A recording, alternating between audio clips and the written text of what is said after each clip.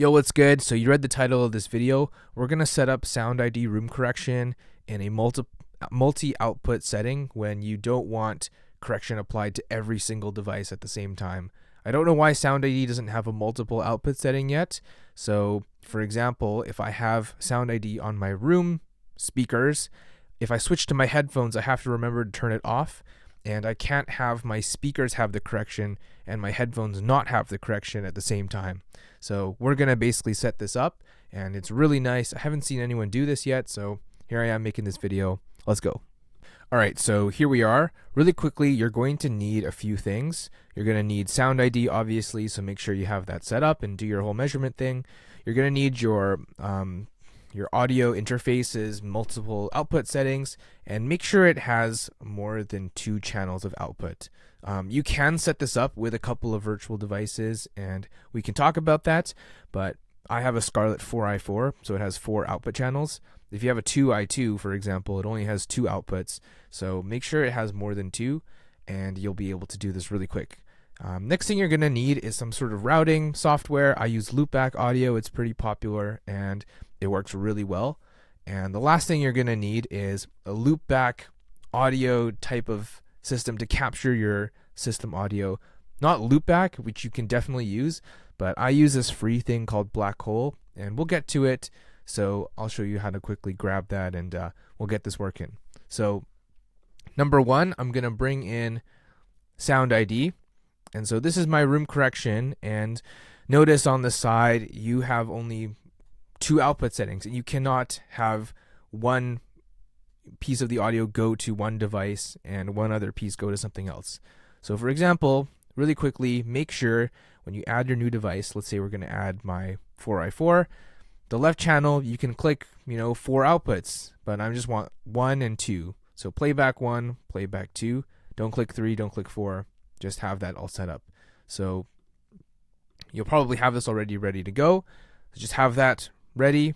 And then we're going to do one more thing here. Go to the right hand side where the 3 columns are, preferences, scroll down to the bottom, and you're going to turn off keep reference the default system output device.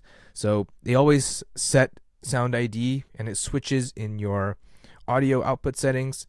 Just make sure this is off, and on Mac we're going to create a multi-output device, which is going to be the main way that you're going to use this setup. The next thing we're going to do is you're going to set up your audio interface outputs. And so this is what the Focusrite control looks like. I think there's a newer software out there, but in general, what's most important is our outputs here. You go here, this is your monitor outputs, this is your line outputs, and this is like the headphones, and this is your monitor. And you can see here on the bottom that we have 4 playbacks. So playback 1 and playback 2, playback 3, playback 4. You can normally click these as one stereo channel, but I just have 2 monos because of my own thing that I'm setting up. So all we need to do is make sure we have some combination 1 and 2 set up and number 3 activated. So just click these buttons, and in the monitors, because this is my speakers, I'm going to have playback 1 and 2 active, and make sure playback 3 and 4 are muted here. And then in the line outputs 3 and 4, we're going to mute playback 1 and 2, and we're going to have playback 3 and 4. If you do the mono channels, just make sure you're panning it so that you're not getting double in one ear. This is the left side, this is the right side, and this works great for me. So we're done with our multi-output settings, and we'll show you how to route this in just a second. The next thing you're going to do is you're going to go to Blackhole. Just click the link in the description, and you can download this for free. And this is basically capturing the audio from your computer. Now you can do this all in Loopback. I just like to separate it because it's easy for me to think about, and it works really well, and I can show you how to do this super easily. So just download Blackhole, it's free, and you got nothing to lose. Okay, we're then going to go into our audio MIDI settings. So just type in audio in your Spotlight search, or just get to audio MIDI setup. And as you can see here, I've already set it up, but I'll walk you through it. So in the bottom left here, just hit plus and hit create multi-output device. So create that multi-output device. I'm obviously just going to delete this really quickly. You can hit the minus button to get rid of it, but this is what this will look like. And you're going to want to use SoundID and the Blackhole 2 channel that you just set up. You can do more channels, but this is how you do this. Click the use button on both of them, and then you can just make sure that your sample rate is good for you. And we're going to use this as our main way of getting audio out there. So just have this set up and we're done with this step. Okay, the last thing we're going to do is we're going to set up everything in Loopback Audio and we're going to route stuff. So this is what the completed setup is looking like. And I'm just going to create a new virtual device so we can do this step by step. So what this is showing us is we're basically going to be able to route audio to different places, and we're going to set the individual channels to different devices. So remember, in SoundID, we have output 1 and 2 set to our speakers, and that's already being reflected in the audio interface. We now need to basically put audio 3 and 4 through, and the reason how we're going to do that is we're going to use Blackhole to do that. So as you can see here, I've got audio device. Just scroll down and hit that Blackhole 2 channel. That should be your output setting. Don't click the multi-output device that you created.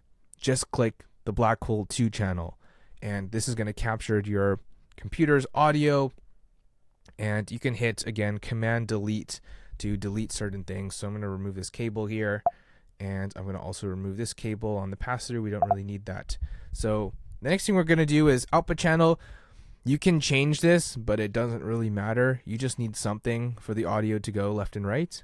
And then in your monitor side, go ahead and click the audio interface. So my case is the Scarlett 4i4. I'm clicking that right here.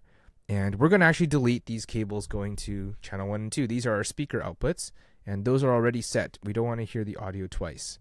So all I do is I click this, and I drag left to the 3rd channel, and I click right to the 4th channel.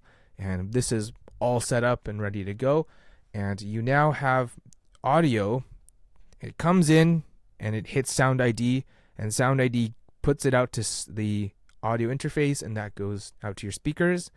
For your headphones, it's going to hit Blackhole, and it's going to go through Loopback into your headphone.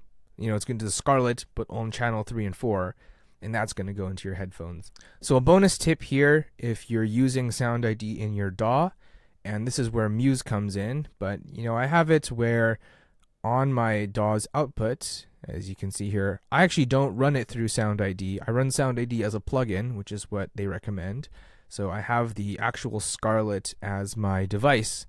And this is just for Logic. So everything else on my computer is running in the Blackhole, or it's running to SoundID. So as you can see here, I have Scarlett set up, and on the stereo out channel, you can see that I have an instance of SoundID.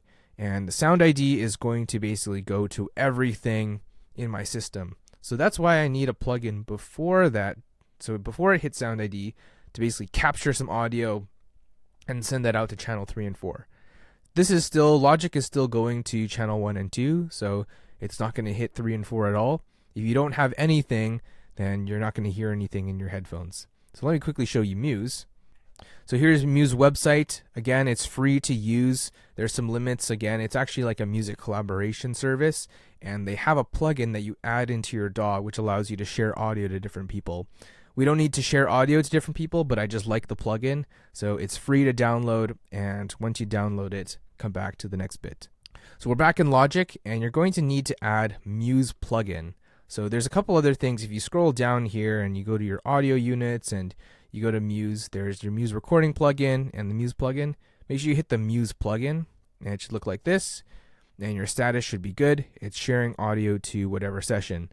But Muse can actually show up as an audio device in Loopback. So let me go back to Loopback and we'll do the last setup.